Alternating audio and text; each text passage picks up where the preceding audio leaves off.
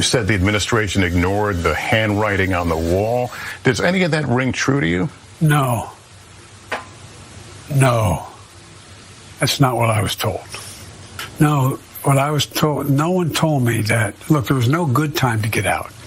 And there was no way we were ever going to unite Ukraine. Iraq, Afghanistan.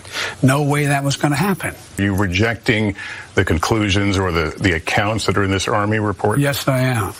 So they're not true?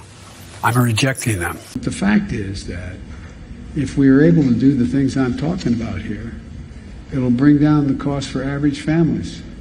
I don't know why they keep moving all that, but the fact is they keep down the cost for average families. The fact is that we're in a situation now where, you should have peace of mind.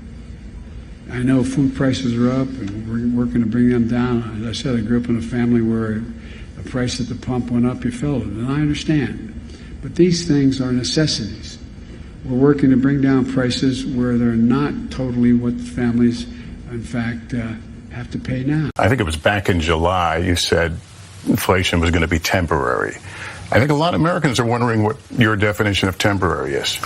Well, you're being a wise guy with me a little bit, and I understand that's your job. But look, at the time, what happened was let's look at the reasons for the inflation. And the reason for the inflation is the supply chains were cut off, meaning that the products, for example, automobiles, the lack of computer chips to be able to build those automobiles so they could function, they need those computer chips. Strikingly, 56% of respondents in our poll who disapprove of Biden's job say he has made zero moves that they approve of. Zero. Not on coronavirus, not on the economy, not even on getting a cat. Do you think President Biden is doing everything he can to reach these voters? Listen, Jake, we're in the doldrums at this point, and I think it really all relates back to that inflation situation. This inflation is real. It's harming people. It's 7.5%. That's a tax.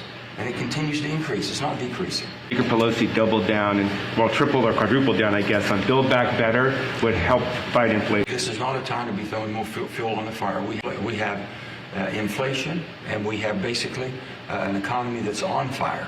You don't throw more fuel on the fire that's already on fire, causing the problems that we have. So we've got to get our house in order. And it's all about the economy, and it's about the inflation that we're dealing with, and it's about how do you restrain yourself from continuing to throw more fuel to the fire. Senator, today that this country may not have the more we go toward green, like electric vehicles. Well, let me just tell you this. I've been very much concerned about that, and I have said I am not going to vote with my vote. I'm not going to vote to put our country in a situation where we're going to be dependent on foreign supply chains for the fuel that we need and how we run our economy. I'm just not going to do it. And you can't throw caution to the wind.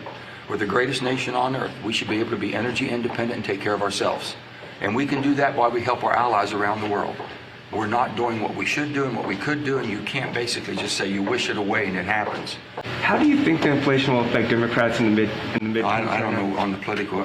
People should quit worrying about the politics. The worst thing that can happen is you lose.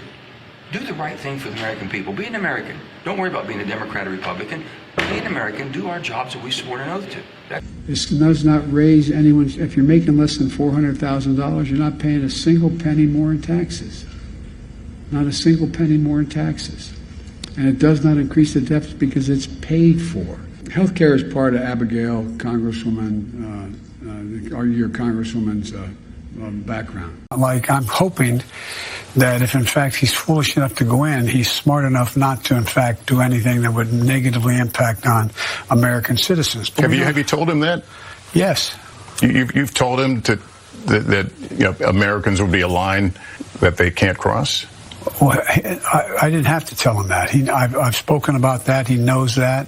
And, it's a little bit, look, that's what I've asked is American citizens should leave now.